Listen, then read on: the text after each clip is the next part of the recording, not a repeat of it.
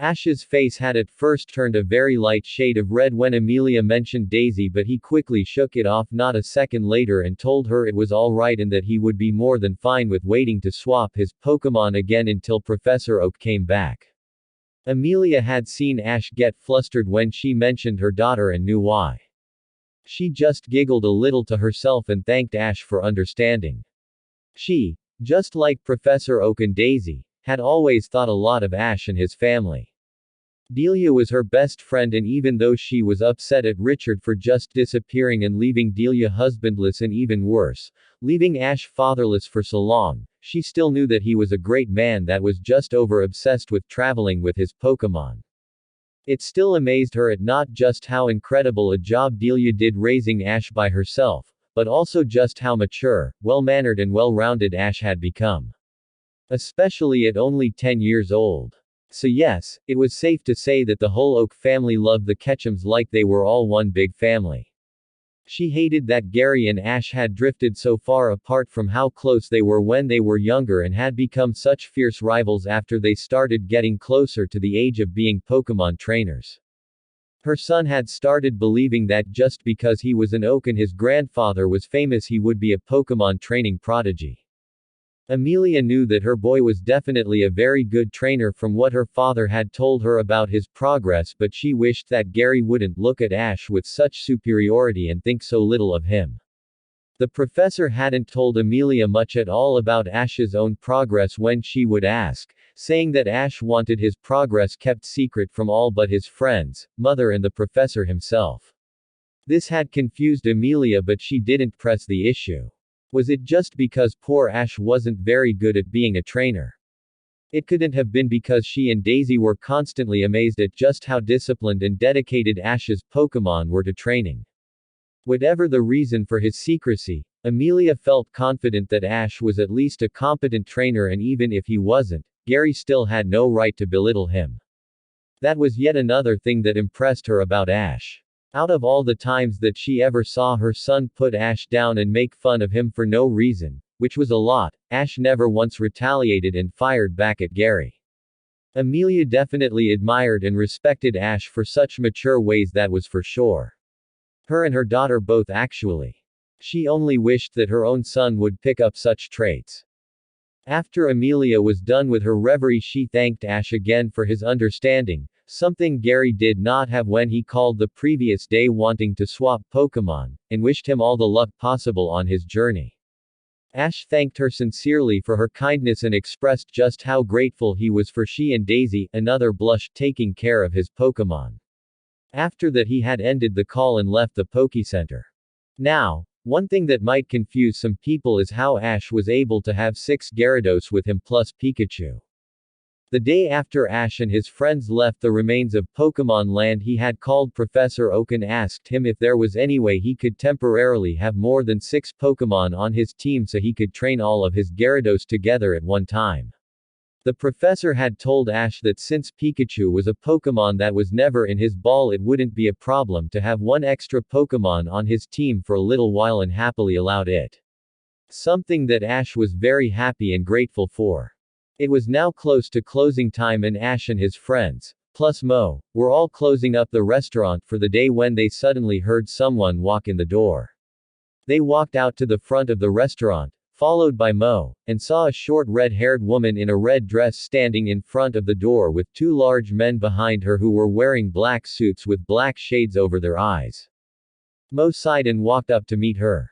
"Hello, Brutella. How can I help you?" he asked with forced kindness. The woman ignored Mo's greeting and walked right up to him. "Where's my money, you old swindler?" she all but shrieked in his face. Mo sighed again and pinched the bridge of his nose. "I told you, Brutella, I will have your money by the end of the month," he said calmly. Brutella got a nasty sneer on her face. "And it's nearly the end of the month now," she argued. Mo smiled slightly. "And I'm happy to say that at the rate the restaurant is going, I will have all of your money ready for you before the end of the month." Brutella looked taken aback. "What do you mean? How could your dingy little diner possibly gain enough business to pay me back?" she asked in a condescending tone. Mo just pointed back at Ash and his friends and smiled wider. These kind young people have offered to help me out here at the restaurant until I get the money I need to pay you back. They have been doing a fantastic job at it as well, and I am very grateful to them. Brutella still had her mouth agape but quickly recovered and said, with a hint of irritation in her voice. You had better hope those snot-nosed brats really can help you, Mo. Otherwise I can assure you that I'll be taking your restaurant as payment. She snapped as she turned around and stomped out of the diner, followed by her two guards. Mo turned back to Ash and his friends and sat down on one of the chairs with a heavy sigh. Misty suddenly burst out. That little woman is terrible. How do you deal with her, Mo? Jazelle agreed with Misty, looking equally as disgusted. Mo just leaned back in his chair.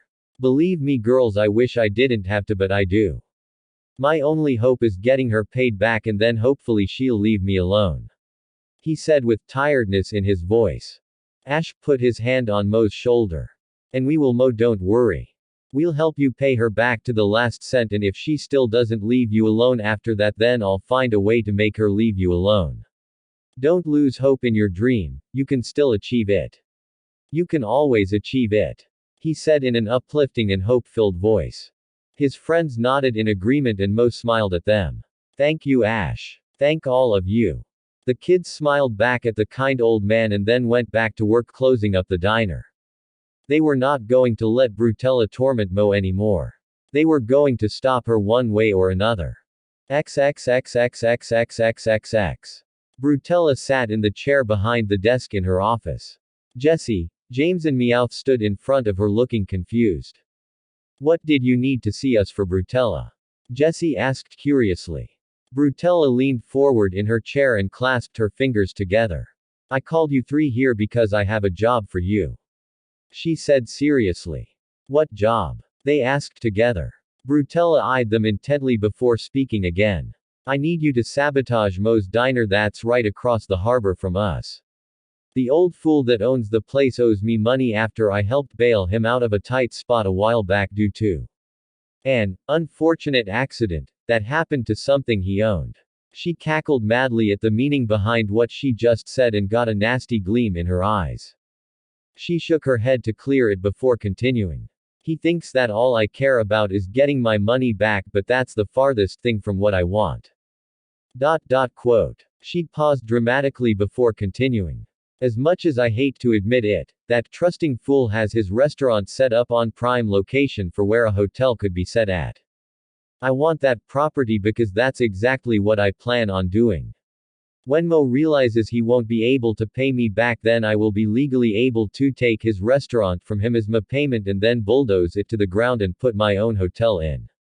She said this with a hungry twinkle in her eyes at the thought of how much money she could make with a hotel set up in prime location at one of the most luxurious coastal cities in the Kanto region. The Rockets looked confused. But what does that have to do with us? Jesse asked. Brutella hopped out of her chair and walked over to them. Recently some young kids have taken to helping Mo at that pathetic excuse for a diner. They're apparently doing something right since more and more people are starting to show up. I can't let the old fool get enough money to pay me back. If he does, then I'll never own that property and I'll never get my hotel. She yelled. Jesse, James and Meowth shared a look with each other. Just what did those kids look like? Meowth asked suspiciously.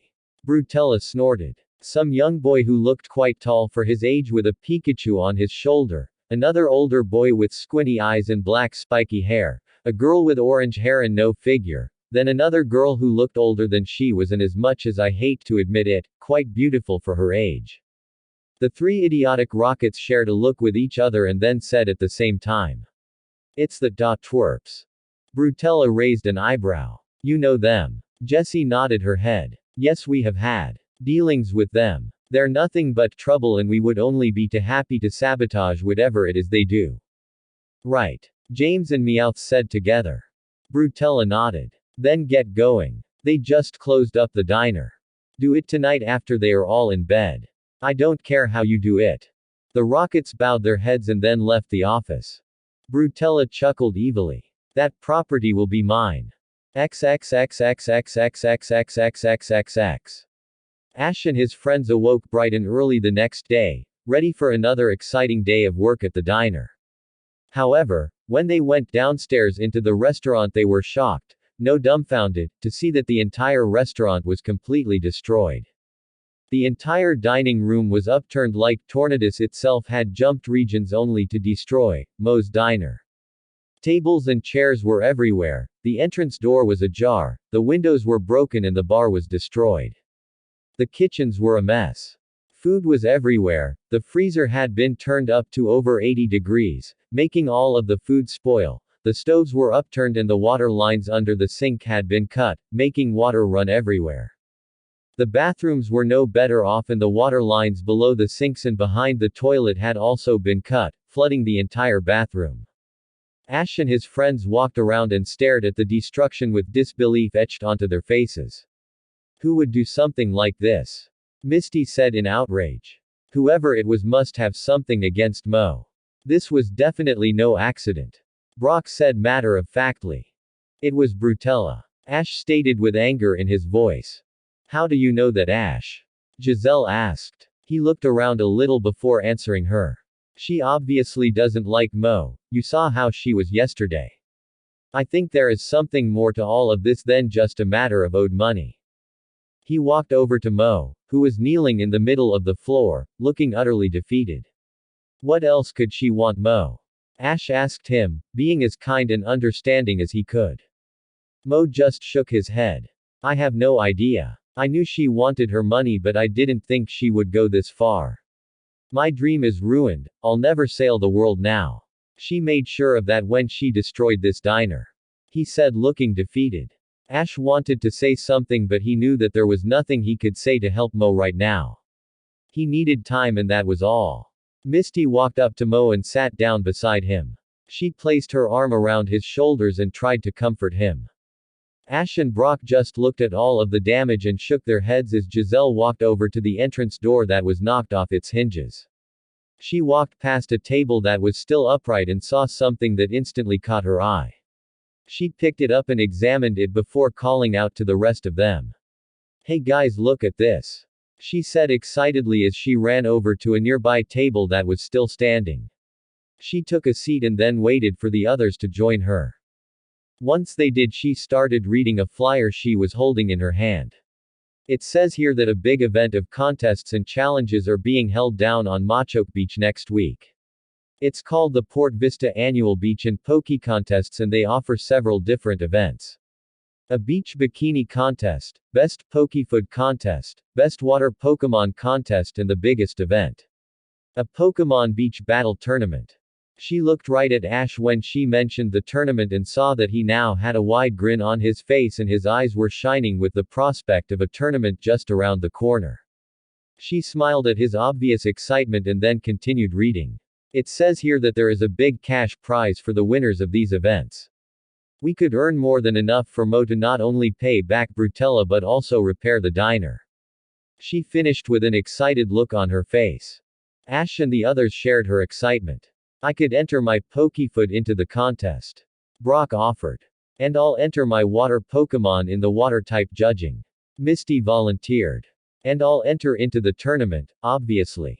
Ash said with a grin and raised fist, Pikachu sharing his trainer's excited look. Jazelle nodded and then said. I'll enter the bikini contest. I don't know how well I'll do but I'm going to do it. She said with a shrug. Ash slid his chair up to hers and kissed her on the cheek.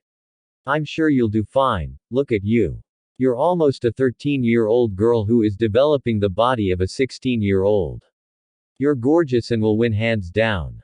He said with a smile at her. She smiled back and then kissed him tenderly. Thank you, Ash, she said sweetly. He got up from the table and pumped his fists into the air. We've got a lot of work to do before the contests start next week, so we had all better get to training. Since the diner's pretty much closed for now due to all of the damages, we will have more than enough time to get ready and prepare. You guys ready? He said, feeling pumped up. His friends cheered in reply, ready to start working hard so they could win the contest. Mo smiled and felt his eyes grow moist. I have never met such kind-hearted and giving young people before. Thank you so much, kids. I can't thank you enough for everything you're doing for me. he said as he bowed his head. Ash waved his hand in the air. We're only too happy to help Mo. If we get to help you settle your debt with Brutella, put her in her place, help you achieve your dream and have fun competing in the contest all at the same time, then it's a win-win for all of us, he said enthusiastically. Mo just nodded his head in respect to the boy, and then the friends dispersed for the day so they could all work on their own skills that they would be using to enter the contests with. No matter what, they were determined to win all of the events and not only help Mo out, but also teach Brutella a thing or two along the way. XXXXXXXXXXXX. Time skip. 1 week later. Ash and his friends had trained hard all week long, preparing for the beach contests they would be entering so they could win enough money to help Mo pay off the greedy and corrupt businesswoman Brutella. Misty had spent the week training with her water Pokémon, Staryu, Starmie and Goldeen. Preparing them and making sure they were in tip-top shape for the water Pokémon judging that would be taking place as one of the events.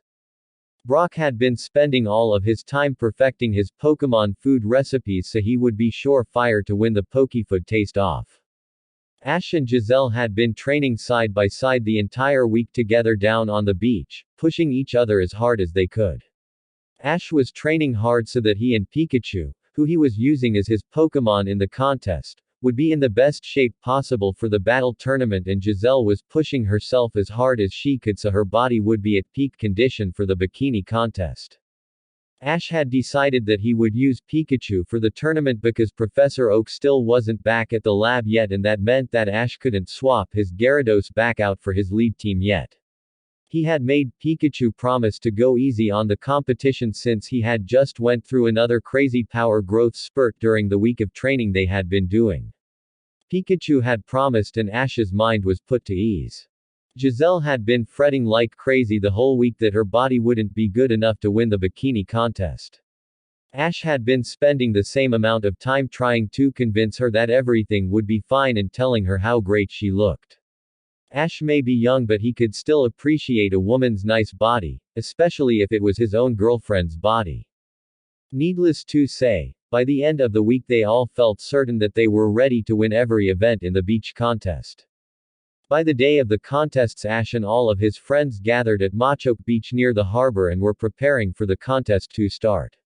There's a good turnout here, Brock observed as he looked out over the many different participants and spectators that had come to partake and observe the day's events. Yeah, there are, Jazelle said nervously.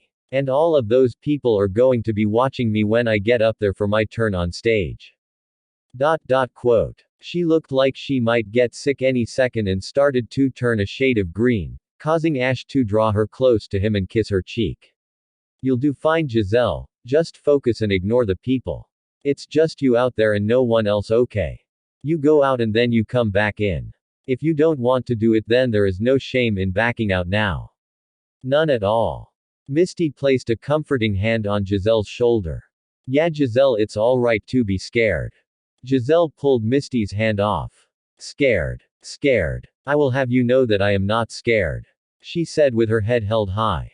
Misty just smirked. You seem pretty scared to me, Jazelle, she taunted her.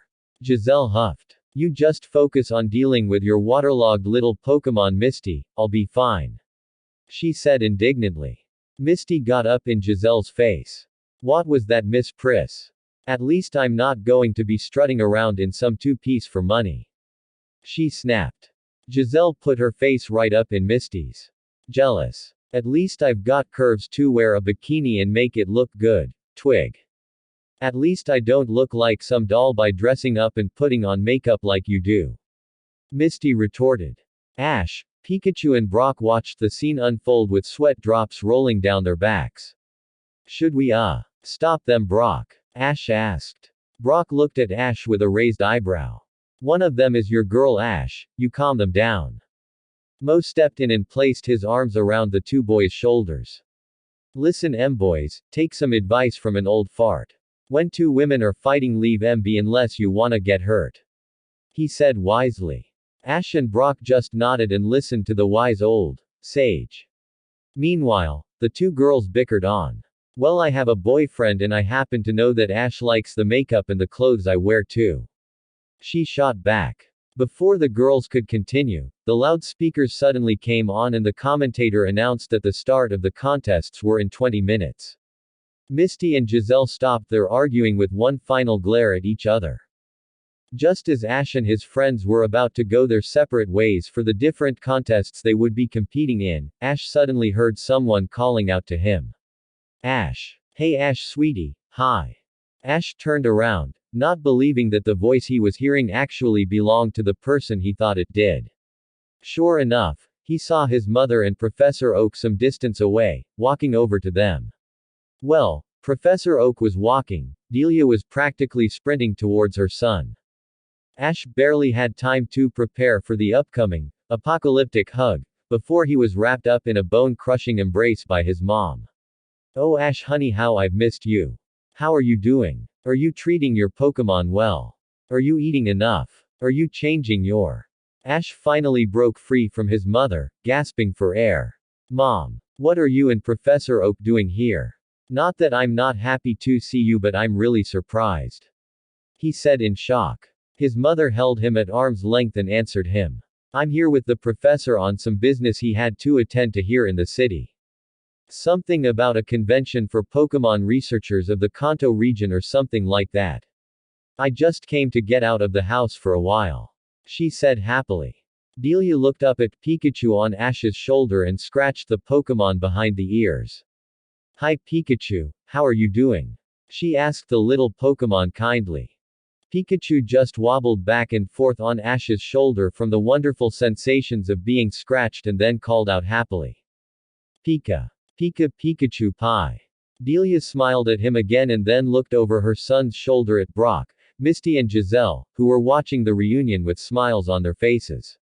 All except for Jazelle, who looked very nervous for some reason. Delia walked up to them. You must be Ash's friends that he's always going on about.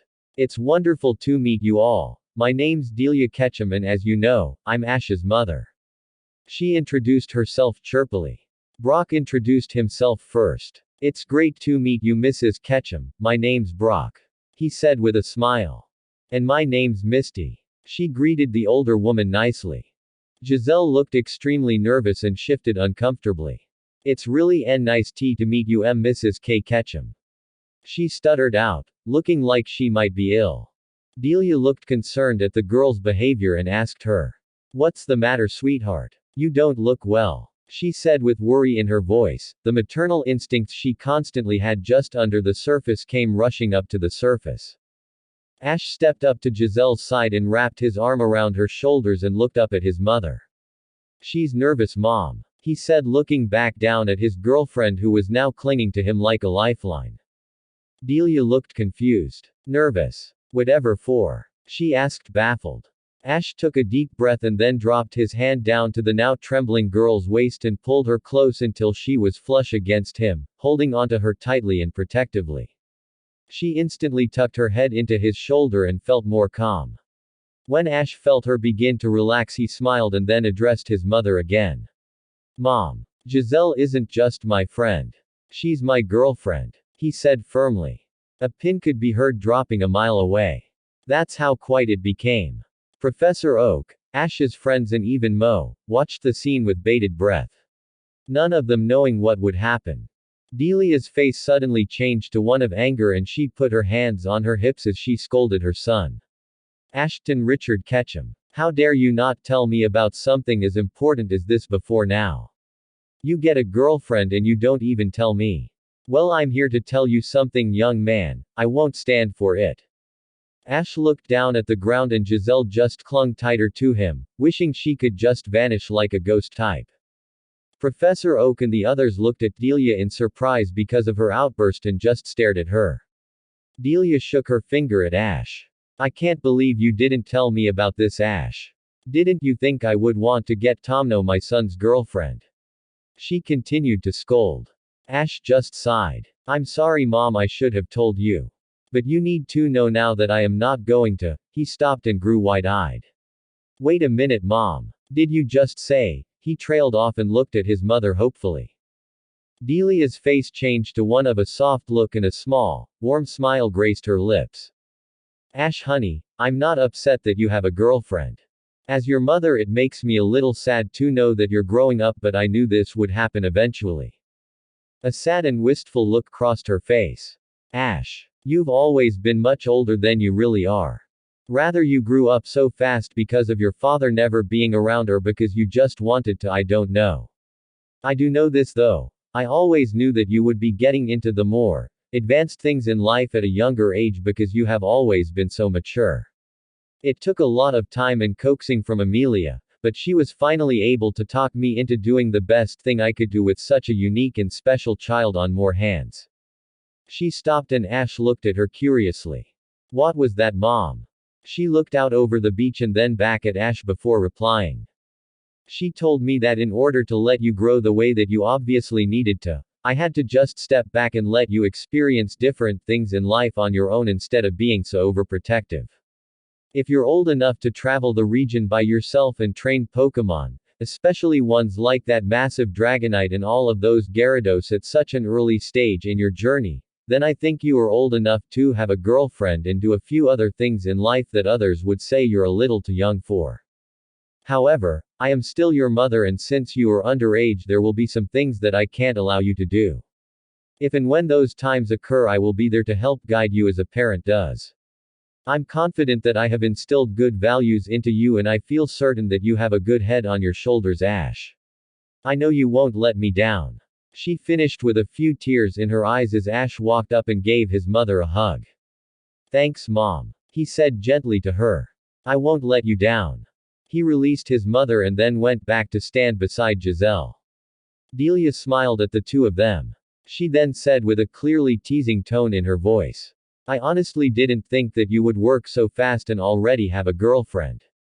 My son works quick. Amelia told me that Gary hasn't even had a girlfriend yet. Those cheerleaders are apparently all for show. She joked and then laughed at the looks she received from the two wide-eyed kids. Ash blushed and rubbed the back of his neck with his free hand, while Jazelle looked at Delia shyly and asked timidly. So you're not upset that I'm with your son and we're both so young, ma'am? She asked with hope in her voice. Delia just smiled warmly at the girl while shaking her head. Not at all, dear. You both are young, yes, but young love and relationships are a normal and healthy part of life. And besides, since you are both so young, I don't feel as though I need to worry about anything too serious happening between you two yet. At those words, both kids blushed a bright red. No matter how mature they be, the subject of such a thing was still something that embarrassed them. Oh, if only Delia would have said something like that a few years later. Most likely they would have been burying the couple right then and there where they stood because they would have literally died from humiliation. But as it was, they were still a bit too young to let Delia's words affect them as much as it would later on. Delia walked up to Jazelle and placed her hand on the girl's shoulder. If anything, I want to get to know you now. Find out what attracted my son to you besides your obvious polite manners, good looks and seemingly sweet personality. If you're anywhere near as beautiful on the inside as you are on the outside, then my son picked a good one. She said with her eyes closed and a warm smile on she face. Jazelle looked shocked and just gaped in surprise at the older woman. Eventually she just blushed and began thanking Delia profusely. Thank you so much for your kind words, Mrs. Ketchum. I feel so relieved now. I thought that you wouldn't accept me and would want Ash to break up with me. At those words a shiver went down Jazelle's spine at the very thought of breaking up with Ash. He sensed her discomfort and pulled her closer to himself. Delia smiled at the young couple and shook her head. Well, as I said, Jazelle, you and I will have to get to know each other more sometime soon. Maybe a shopping trip. You can tell me all about yourself and also tell me if Ash has been being the perfect gentleman raised him to be. What'd say? She then looked over at Misty. And of course you would be welcome as well, Misty. She said kindly. Jazelle and Misty both said at the same time. Yes, Mrs. Ketchum. Thank you. The woman giggled and waved her hand in the air. Oh. Please just call me Delia. She looked over at Brock. Same goes for you too, Brock. She ordered. Brock smiled. Sure thing, Mrs. Delia. He caught himself. Delia nodded her head in satisfaction and then stepped back as Professor Oak stepped forward. He first walked up to Ash's friends and greeted them. I don't believe we have personally met yet. My name is Professor Samuel Oak. It's great to finally meet the friends that Ash is always speaking so highly of. He said kindly. Brock, Misty and Jazelle smiled at the revelation that Ash talked them up so much, and then Brock introduced himself. Hello Professor Oak, my name is Brock and I'm training to become the world's best Pokémon breeder. He said, shaking Professor Oak's hand. It's an honor to meet you. And I'm Misty. The orange-haired girl introduced herself. I'm a gym leader at the Cerulean City Pokémon Gym and my dream is to become the world's greatest water Pokémon master. She said enthusiastically. The professor chuckled. It's wonderful to meet young people with such high goals. I wish you luck. He then walked over to Jazelle.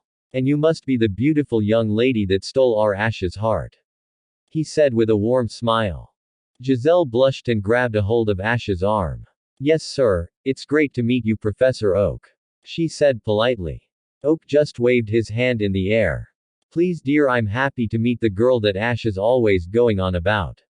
He said with good-natured humor. Ash just turned red and Jazelle smiled at her boyfriend softly. Professor Oak continued. So my dear, what do you hope to achieve? Jazelle looked back at Professor Oak and said confidently. I'm top student at Pokémon Tech and when I finish my time there I want to challenge and win the Indigo Conference and then become a professor of Pokémon tactics and battle strategies at Pokémon Tech. The old man smiled and nodded his head. A great goal to be sure. Please make sure to watch out for our young Ash here, won't you? He asked the girl. Jazelle nodded and pulled herself tighter to Ash. I promise Professor Oak, Ash will stay safe with me. She gave Ash a look that clearly said he would keep all life-risking acts of heroism to a minimum when she was around. Ash just rubbed the back of his head and gave her a lopsided grin. He turned back to the professor and asked him. So Professor, what was the convention about? Oak suddenly looked excited and answered Ash. Ah yes, the convention. Well, as I stated earlier, the expo is restricted purely for the most renowned Pokémon researchers from the Kanto region. The convention is actually so big that the only other expo for Pokémon researchers in the whole world that is bigger is the Pokémon Researcher World Convention, which is held on Lily of the Valley Island in the Sinnoh region, where all of the biggest competitions in that region is held. This convention, which is only held once every 6 years, houses all of the world's best Pokémon researchers and professors for a whole week under one roof. We discuss the latest discoveries and areas of Pokémon research that are of the most popularity and promise to the world of us researchers and professors. New theories, subjects and even areas of research concerning Pokémon are sometimes even announced, but not very often. So that was basically what this convention was about, just not as big. Ash asked. Exactly. Professor Oak said smiling. This convention was only a day event and not nearly as big. Ash nodded. Was anything new announced, Professor? Any kind of research or discoveries? The professor nodded and smiled slyly. Yes, actually Ash, there was. Ash looked excited. Really, Professor? What was it? The professor chuckled and answered Ash. I announced the research you and I have been conducting on giant Pokémon. All of the other researchers were extremely interested and excited to hear about it as well. Since giant Pokémon have always been such a mystery and no one has really ever captured any that we know of, it's very hard to get any kind of info concerning those Pokémon. When I told them all that one of my sponsored trainers owned 2 giant Pokémon himself that I was able to study regularly, they were amazed and jealous all at the same time. He chuckled to himself a little as he said the last part. Ash looked both happy and a little concerned all at the same time. Professor Oak saw this and put the boy's mind to rest. Don't worry Ash, I didn't reveal what species of Pokémon they were, so your Krabby and especially Dragonite's identities are completely safe. Upon hearing those words Ash visibly relaxed. And I will tell you something else Ash. Oak told the boy. You are already starting to gain respect in the Pokémon research world because of the field assistance in the research you're helping me with concerning the giant Pokémon. If you keep this up my dear boy, I could see you becoming a Pokémon researcher in record time. Ash felt both excited and relieved at the same time. He was relieved that Professor Oak hadn't told anyone what species his giant Pokémon were and excited about the news that all of the Pokémon researchers at the expo were so excited and interested in the new field of Pokesearch that he and the professor were undertaking on giant Pokémon. Thanks a lot for not telling anyone about what species Dragonite and Krabby is, Professor. I'm not ready for the world to know about them just yet. He said truthfully. Professor Oak just nodded in understanding. I completely understand, Ash. Secrets and deception are a trainer's greatest weapon. Many trainers will reveal the secrets to their most effective battle strategies and their Pokémon's most powerful techniques after winning a match. It's never a good idea, but many people do it. Ash nodded and waited a few seconds before asking. Professor, since I have so many water Pokémon now, all 6 Gyarados, Staryu, Squirtle, Krabby and all of my other Pokémon that enjoy the water. How is it going to work out with the pond they all train at and hang around being so small? Professor Oak chuckled a little and formed a strange grin on his face that confused Ash. What's so funny, Professor? Isn't it a big deal? Pokémon need their space to be apart sometimes, especially Gyarados. Even though my Gyarados are in a group, they still need time for isolation when they need it. How are any of them going to be able to do that if their water space is so small? Oak continued to chuckle but answered Ash regardless. Before I tell you why you have no reason to worry, Ash, I think that I have something here that you are going to want back. He said mysteriously. Ash looked confused. What do you mean, Professor? He reached into his lab coat and pulled out a small box. Ash took the box that was extended out to him and opened it up. Inside he found 4 Pokeballs all laid together neatly. He looked up at the professor curiously. Who's inside these Pokeballs, Professor? The old professor smiled. Bulbasaur, Charmander, Squirtle and Pidgeotto.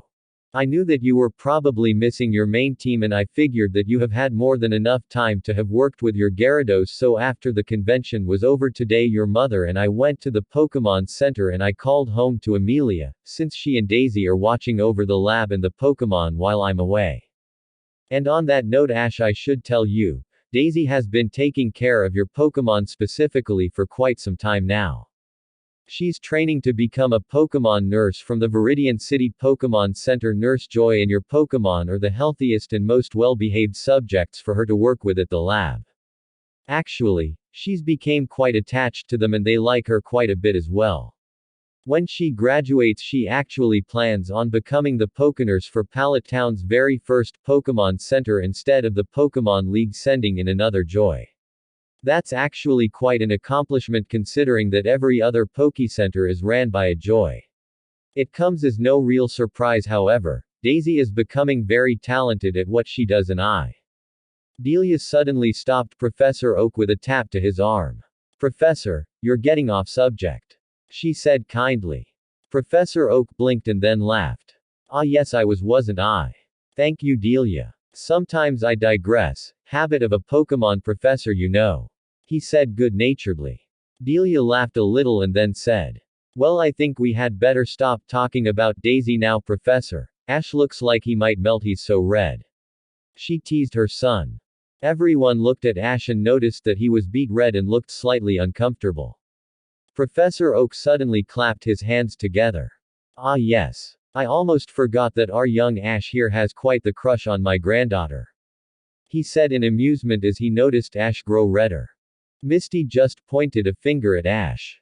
You have a crush on your rival's sister? She asked in disbelief. Ash said nothing and just turned even redder, lowering his head all the while. Misty shared a look with Brock and then the two busted out laughing like crazy. Even Delia and Professor Oak chuckled in amusement at Ash's little revealed secret. Everyone was laughing except, Ash noticed to his horror, Jazelle. He took one look at her and upon seeing her narrowed eyes, crossed arms across her chest and her foot, which was tapping so fast she looked like a baneri, his eyes went wide. He stepped away from her and raised his arms out in front of him in a defensive manner. And now Jazelle. He stuttered out in terror. It was when I was little. I don't like her anymore. I mean, I do like her, she's a really great person and loves Pokémon. Jazelle's eyebrows rose. Ash shook his head. No, no, no. That's not what I meant. I mean, I don't like her like that anymore. I promise. Jazelle pursed her lips together. Ash gulped. Come on, Jazelle, she's 8 years older than me. I. He sighed. Make it quick and painless, please. He begged her and closed his eyes. He kept expecting a fist, a slap or something. Some kind of pain, but it never came. He slowly opened his eyes and saw something he wasn't expecting to see. Jazelle's lips were quivering and she looked to be struggling with something. Before he could ask what was wrong, she suddenly busted out laughing. Hard. He watched her laugh hysterically with a completely dumbfounded look on his face. She finally stopped laughing after what seemed like forever and wiped the tears from her eyes before speaking to Ash. Ash. She gasped, trying to gain her breath back. I'm not upset that you had or even if you still have a crush on Gary's sister. It's completely normal for guys and girls to have a crush on people older than themselves at some point in their lives. Don't feel ashamed about it or be afraid that I'll be angry. Heck, I used to have a crush on that really famous Pokémon Ranger Jack Walker. She placed her hand on his cheek. So don't be afraid that I'll be upset, okay?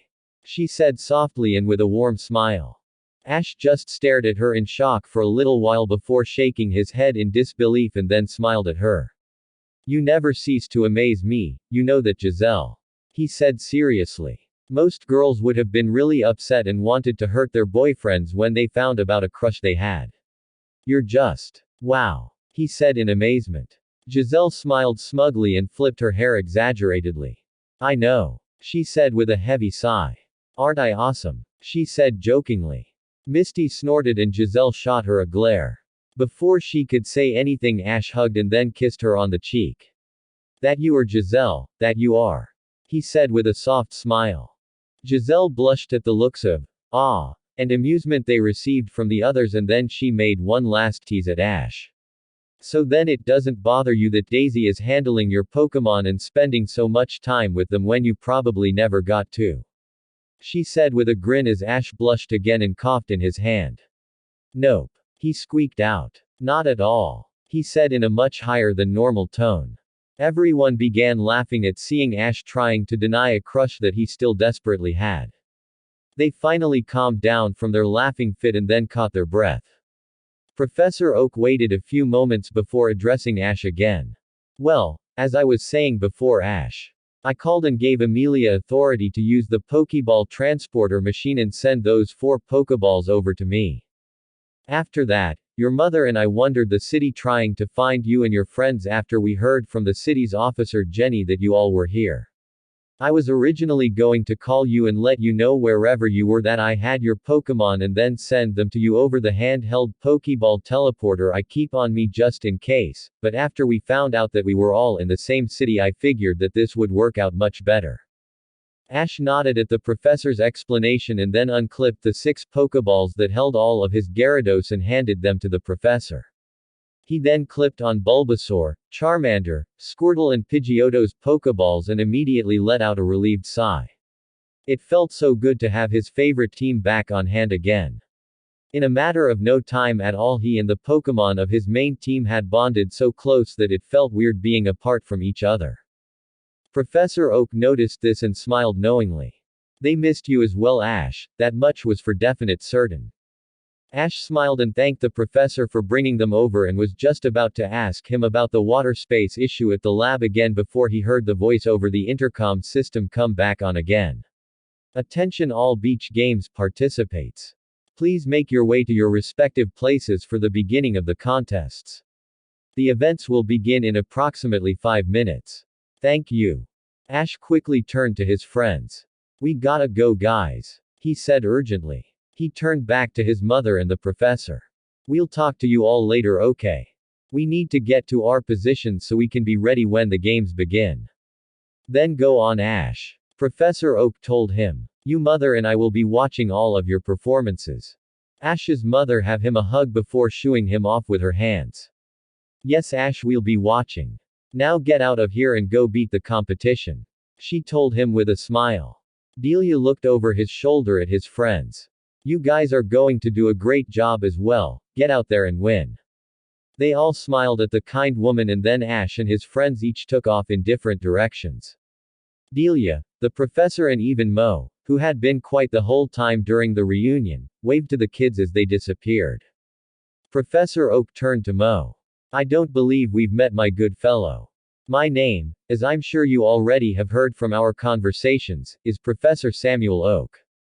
Delia introduced herself next. And I'm Delia, sir, wonderful to meet you, she said kindly. Mo shook each of their hands and then introduced himself. Very nice to meet both of you, my name is Mo. Ash and his friends have been graciously helping me out at my restaurant after Ash stopped some thieves from escaping with a large amount of money they stole from my restaurant and tried to escape with about a week ago. You see, I owe some money to a very shrewd woman who happens to be my business rival, and upon those kind young people finding out about it, they offered to help me earn the money I needed to pay Brutella back. That's actually why they entered these contests, to earn the prize money and help me pay her back and achieve my dream of buying my own cruise boat and then sailing the world. He explained to them. Delia and Professor Oak smiled. That Ash, always thinking of others. The professor said with a shake of his head. He helped convince me not to give up on my dream. Mo said with a small smile on his own face. Delia looked proud as could be with her son. That's my Ash. Always helping someone in need. Mo nodded. A very kind young man he is. He agreed. Professor Oak intervened. What do you two say we go and catch the first event while we continue this conversation? Delia and Mo nodded, and then the three adults wandered off to find which of the kids would be performing in their own event first. XXXXXXXXXX. The first event was the water Pokémon judging. There was quite a large crowd of people there to watch, and there were quite a few trainers with their own water Pokémon ready to participate in the event. In the end though, none of them were a match for Misty's well taken care of and well trained water Pokémon. She won and earned 5,000 Pokécredits in the process. The next contest was the Pokéfood tasting contest.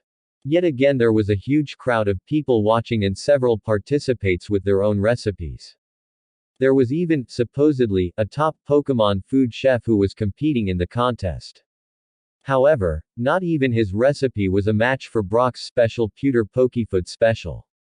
All of the taster Pokémon, which consisted of a Growlithe, Persian, Eevee and Ponyta, all of which who were highly trained to only like the best of the best when it came to Pokémon food, completely abandoned all of the other food and went straight for Brock's dish. Much to his smug pleasure and his competitors' complete disbelief, especially the supposed top Pokéfood chef. Brock won a total of 6,000 Pokécredits for conquering the cook-off. The third event was the bikini swimsuit competition that each participant had to be at least 13 to enter. Since Jazelle was right at 13, the officials allowed her entrance. Ash, his friends and the three adults were able to watch Jazelle go on since everyone was done now except for her and Ash. The battle tournament took place on the same stage as the bikini contest, so they all got to be where they needed to be when it was time for Ash and Pikachu to battle after this competition was done. The turnout for the bikini contest was massive and stretched the length of the beach. People were gathered for both the bikini contest and, most importantly, the battle tournament for the last event. Needless to say, it was packed and Jazelle was nervous as could be. Luckily, Ash was allowed backstage before she went up, and after a rousing pep talk and a good luck kiss, Jazelle strutted out onto the stage when it was her turn in her black bikini with absolute confidence. She moved with such grace and dignity that it was hard for Ash and the others to believe that she didn't have previous modeling experience. The bikini she wore not only showed the curves that were advanced for her age, but also the results from working out with Ash that was showing on her body.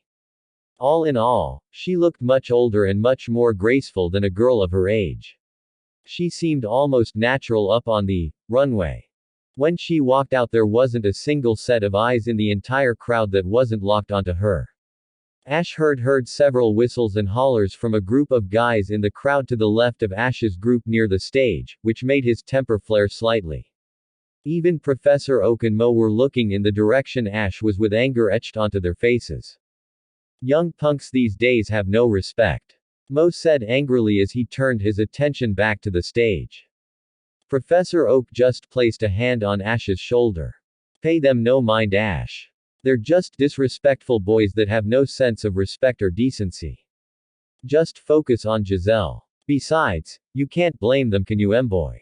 She is attractive for her age and holds herself confidently. He said, trying to calm the boy down.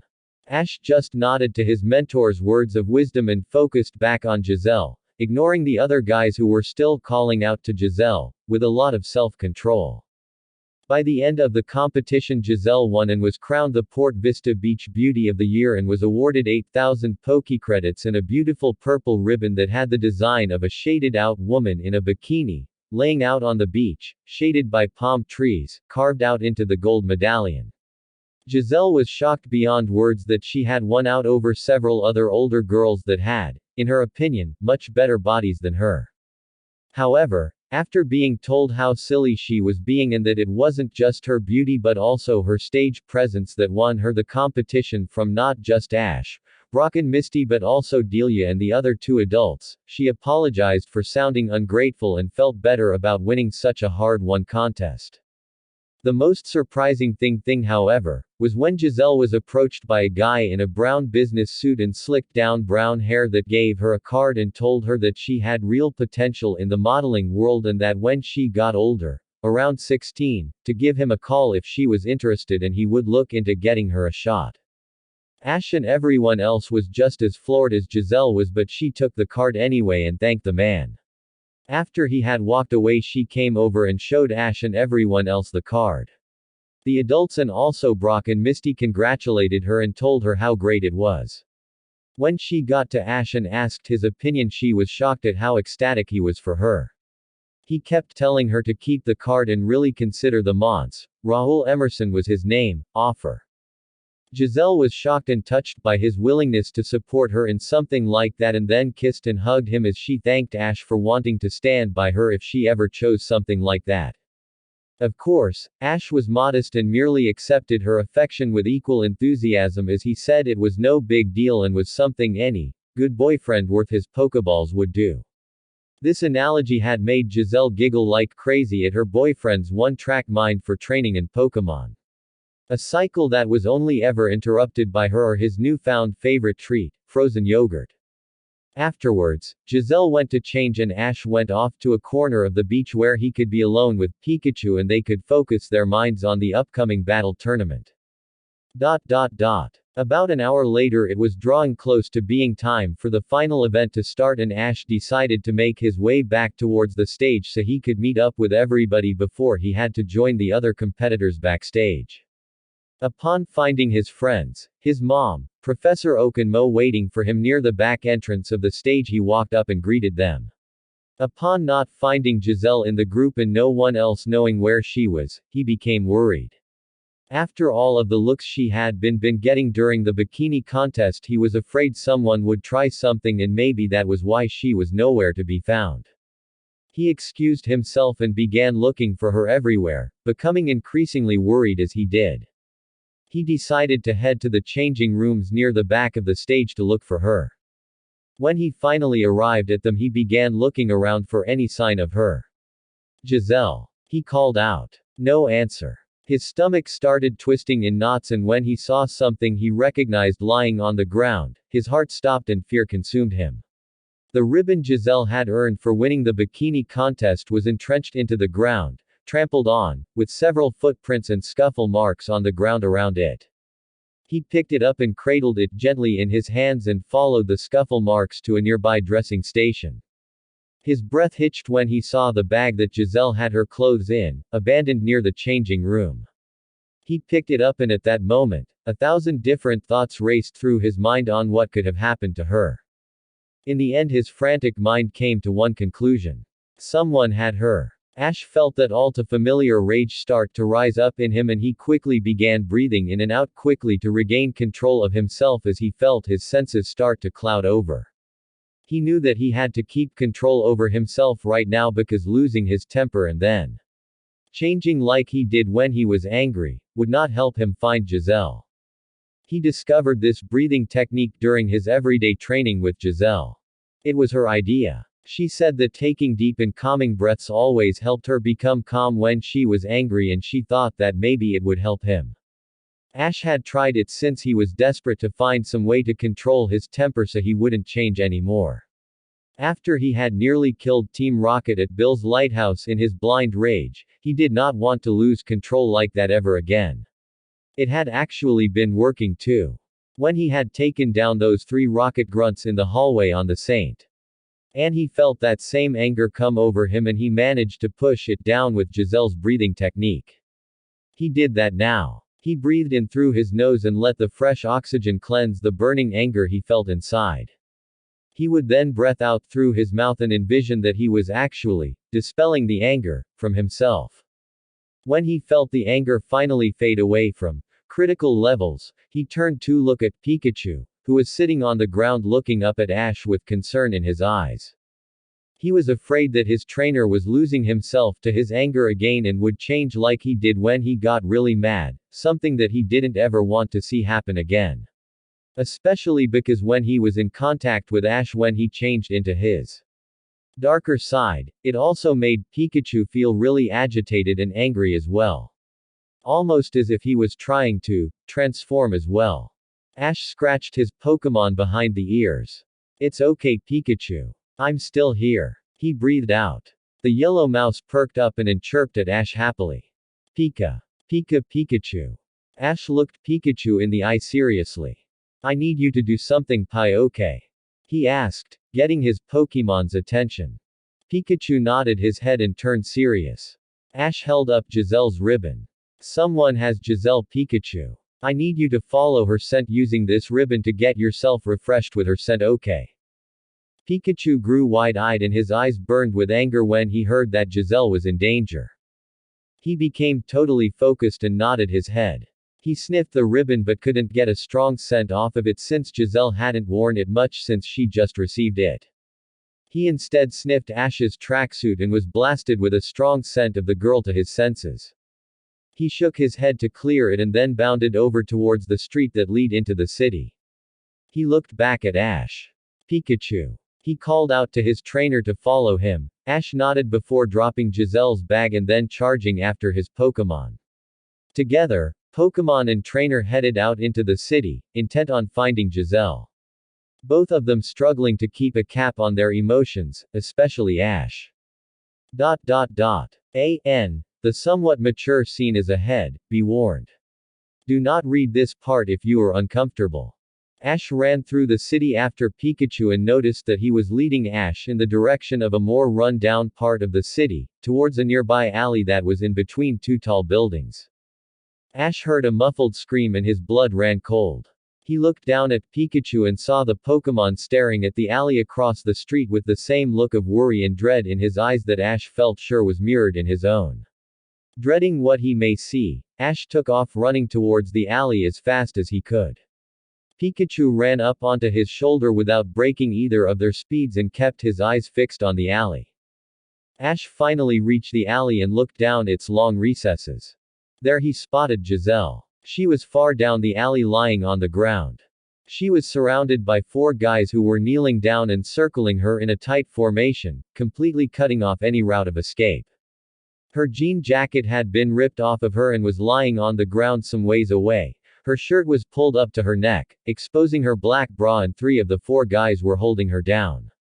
They all looked to be a little older than Brock and had short hair, wore tank tops, beach shorts, sandals, and were somewhat built. The lead guy was hovering over her in a straddling position with a vicious sneer on his face. He had short and spiky brown hair. "Come on, baby, with a body like that you need someone to show you how to put it to good use. I can do that, sweetie, so come on," he said as he leaned closer to her. "No, please, just leave me alone," Jazelle yelled out loud, struggling to get the guy off of her and free her arms and legs from the grips of the other boys. It was no use though, she was completely overpowered. At the same time, back at the beach near the stage, Delia was worried about Ash and Jazelle. "Do you think that those 2 are okay? Ash went to find Jazelle a little while ago and neither one of them has come back yet." She fretted. They didn't say it for Delia's sake, but Brock, Misty, Professor Oak and Mo were also worried for Ash and Jazelle. They both heard the group of boys that were calling out to Jazelle during the swimsuit competition, and she did go off by herself to the changing rooms without anyone with her. If they were to have got a hold of her, then Ash would have went after them after he noticed Jazelle was missing, and if he did find her with them, he wouldn't have been able to take on all of them by himself. Especially since they all looked quite a bit older than him. Brock and Misty shared a look. "We'll go and find them, Delia," Brock offered. "Yes, we'll find them, don't worry," Misty said assuringly. Delia nodded her head. "Thank you both, I would appreciate it," she said with a small and worried smile. Professor Oak and Mo looked at each other and were secretly very glad that Brock and Misty had volunteered to search for Ash and Jazelle, because if not, they would haven't gotten Officer Jenny in the process. Brock and Misty took off then and began their search. "Where do you think they are?" Misty asked worriedly. Brock just shook his head. "I don't have any idea, but I do have a bad feeling in the pit of my stomach," he said with worry clear in his voice. Misty looked down and then she slowly looked over at Brock while they ran. "Brock, do you remember those boys who were calling out to Jazelle during her time on stage?" she asked hesitantly. Brock nodded. "I do." Misty looked like she was struggling to just get out into the open what they were both thinking.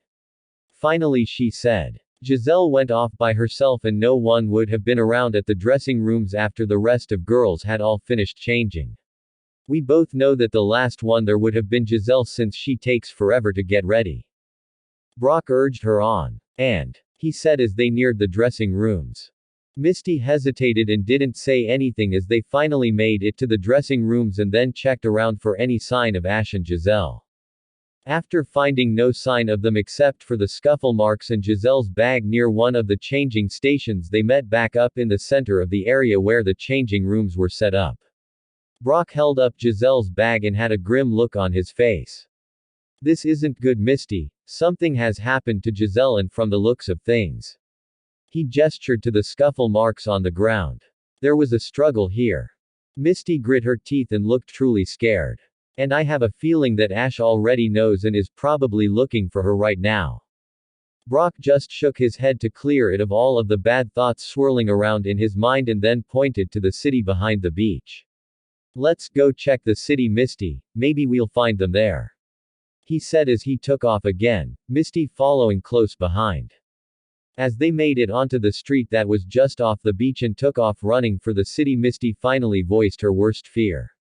"Brock, what if those guys from the contest earlier were the ones that took Jazelle?" she asked with fear laced in her voice. Brock kept running and didn't look at her. "Then Ash would search until he found her," he stated without hesitation. Misty suddenly stopped running and looked down at the ground, trembling slightly at the thoughts passing through her head. And what if they have already, or Arceus forbid, or doing something to Jazelle right now and Ash finds them doing it? She almost didn't want to hear Brock's answer, but she stayed herself. Brock, who had stopped running by now as well, just looked away before answering. "Ash is a very special and kind-hearted person, Misty. He cares about us a lot and loves his mom, Professor Oak, and all of his Pokémon dearly. I can also easily see just how much Jazelle means to Ash, and she's becoming more and more important to him with each passing day. I don't think it's a stretch to say that Ash is starting to fall in love with her, and I don't think you would argue with that either." Misty nodded her head. Ash did care for Jazelle very, very much. The way he looked at her. Misty knew that Ash cared about her and Brock deeply as well, but with Jazelle, it was a totally different set of emotions. As much as she really hated to admit it because of her own feelings for the raven-haired trainer, Ash probably was falling in love with the Pokémon tech beauty. "No, I wouldn't," she answered finally. Brock then looked at her and said in a completely calm and serious voice. "If Ash lost control of himself to that power, when he was mad at people like Damien for mistreating his Pokémon or Team Rocket attacking Dragonite, what do you think he would do if someone was to harm Jazelle? The one person that can calm Ash down when he gets like that and transforms. If anyone were to touch her in a wrong way, what do you think he would do?" Misty looked up at Brock with horror in her eyes and saw something very similar in his own, though it was hidden well. Arceus Brock. We have to find Ash now. She choked out through the fear that was constricting her words. Brock nodded. Let's hurry. He said simply but firmly. Misty quickly nodded her own head and then the two took off again, praying to Arceus that those horrible boys did not harm Jazelle, and if they did, Ash would not find them. Arceus helped them all if he did. ... No, stop. Jazelle screamed at the older boy. The brown-haired boy just sneered. You just need to let go and enjoy it, baby, everything will be okay. Ash felt himself start to shake when he saw what was happening and shouted out to them. Let her go. The guys whipped their heads around when they heard Ash shout at them. Jazelle turned her head as well from where she was on the ground, and when she saw her boyfriend standing there at the end of the valley she screamed out to him. Ash. Ash, please help. Please. She yelled, terrified, just before the boy straddling her slapped his hand over her mouth. Shut up. He ordered her. Ash began shaking even more as he felt all self-control start to fade away like water in a river upon seeing the way the boys were treating his girlfriend. Jazelle turned her head to the side and looked at Ash with pure terror in her eyes. Ash took one step forward. The willpower it was taking to control his body by this point was tremendous. He felt that same powerful energy bubbling just below the surface of his skin, making him feel like he was on fire and needed to be put out. The angry and unrestrained power he felt boiling in his blood was almost screaming to be released. To be unleashed. I'm warning you. He gritted out through fury that nearly choked off his airway. His eyes were locked onto Jazelle's restrained form and staring into her eyes. No matter how much fear was shining within their depths, her eyes were the only thing keeping him from losing complete control. Jazelle seemed to know what Ash was battling with as she watched him struggle forward in his zombie-like trance, his body acting as though it was trying to rip all control away from Ash. Even in her own tormented and terrified state, she still tried to convey all of the feelings of comfort and warmth to Ash through her eyes as she could. Let her go. Ash ground out, as though speaking was unnatural for him right now. The boy that was on top of Jazelle sat back on her and placed his hands on the back of her thighs for support, making Ash creak his neck to the side like he was mechanical at the teen's actions. I'll let her go, kid. After I've given Miss Port Vista here the pounding of a lifetime. He looked down at Jazelle's terrified face. Yeah, she's young, but with a body like this you wouldn't believe it. He looked at his friends. Go take care of that chump while I have some fun. I'll save you some. He ordered them. His friends laughed cruelly and then got up. They started walking towards Ash, cracking their knuckles as they walked. The brown-haired boy just looked back down at Jazelle. It's time, honey. He said as he jammed both of his hands down into the insides of Jazelle's bra and pinched her nipples hard while he slammed his mouth down onto hers. Jazelle screamed from the pain of his rough handling of her, but it was muffled by the teen's mouth covering hers. At that moment Ash stopped moving in his slow, trance-like state, completely. His eyes became completely unfocused and his arms hung limp at his sides. Pikachu knew what was about to happen. Ash was gone and a monster was about to be unleashed in his place. He jumped off of Ash's shoulder and took off out of the alley, running to find Brock, Misty and the others so they could help find some way to subdue what was about to become a very terrifying and powerful version of Ash. Jazelle bit the boy's bottom lip hard enough to draw blood, making him cry out in pain and release her mouth from his. With her window of opportunity now open, she screamed out to Ash. Ash. Ash, sweetie, listen to me. Calm down, please. Just listen to my voice and look into my eyes. Fight it back, Ash. I'm going to be alright, please calm down. She looked up at the boy on top of her who was still holding his mouth and yelled frantically at him. You need to get off of me and get away as fast as you can right now. If you don't, then something really bad is going to happen. If he doesn't see that I'm safe, he's going to. The boy just growled and slapped her across the face. Shut up, you little bitch. That was it. The trigger had finally been pulled. The string had been snapped. Upon seeing the sick bastard slap Jazelle, Ash was gone completely. He fell to his hands and knees as his body shook like a tremor. A blue and violent-looking energy began escaping from him and started rising up into the air in a cloud of blue steam. It began swirling around him slowly as his fingernails scraped so hard on the concrete below him that blood was drawn forth from his fingertips. He snapped his head back as his eyes suddenly flared into a glowing electric blue and the energy around him exploded, completely covering and consuming him. The energy shot up into the air and began swirling throughout the entire alley and covered everything in its thick and overwhelming presence.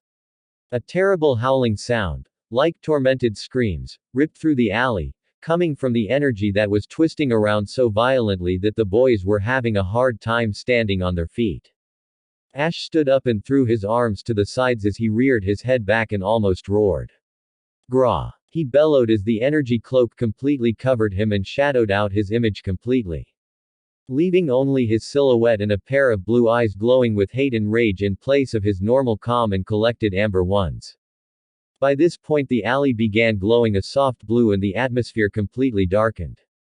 The air became almost impossible to breathe, it was so thick and the worst feeling of dread completely permeated the air. The energy cloak that was bubbling and swirling around Ash like a dark blue fog suddenly sprouted several tentacle-looking appendages. The arms began whipping around violently, smashing everything they came into contact with. They smashed into garbage cans, shattering them on impact, sliced chunks out of the ground and walls of the buildings surrounding the alley and cast an ominous feel on whenever they hovered over. The energy itself was so strong that the wind picked up and destroyed the windows of the buildings that made up the alley, making glass fall down on top of them all. The area where Ash was standing was literally carved down further into the ground from the sheer power of the energy. The boys looked beyond terrified. What the fuck is this guy?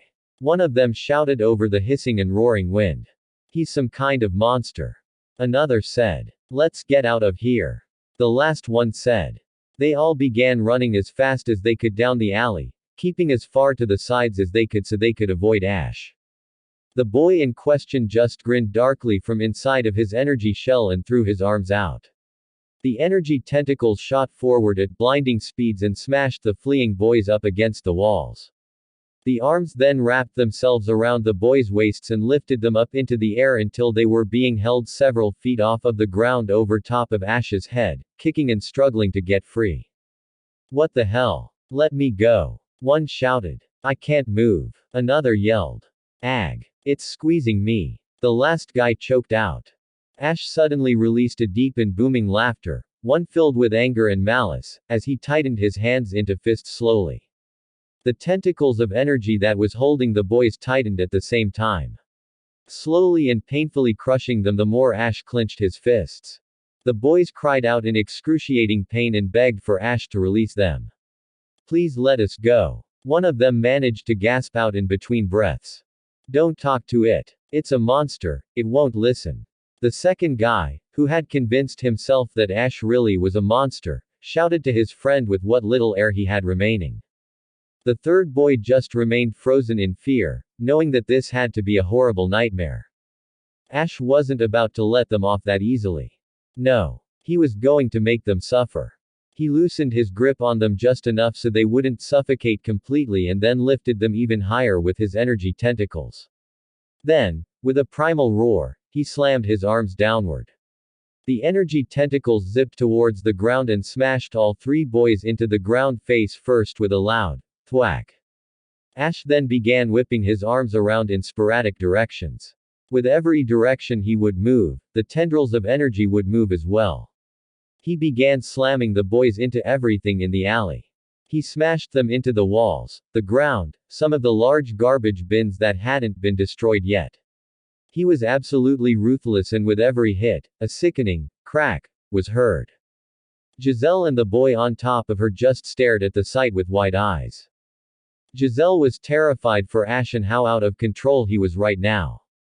This was without a doubt the worst she had ever seen him. Never before had he been so consumed by the dark energy, and never before had it been so vicious and horrible. The strange tentacle arms were also something she had never seen before. When Ash lost control at Bill's lighthouse, he had merely formed a strange sphere of glowing blue energy in his palms and had intended to fire it at Team Rocket. In fact, if not for Jazelle, then he would have, and Team Rocket would have most likely died. She thought he had lost control then, but now. Never before had he been so controlled by this dark energy, and the dark tentacles he was using now to torture his victims were beyond horrifying. The boy on top of Jazelle gaped.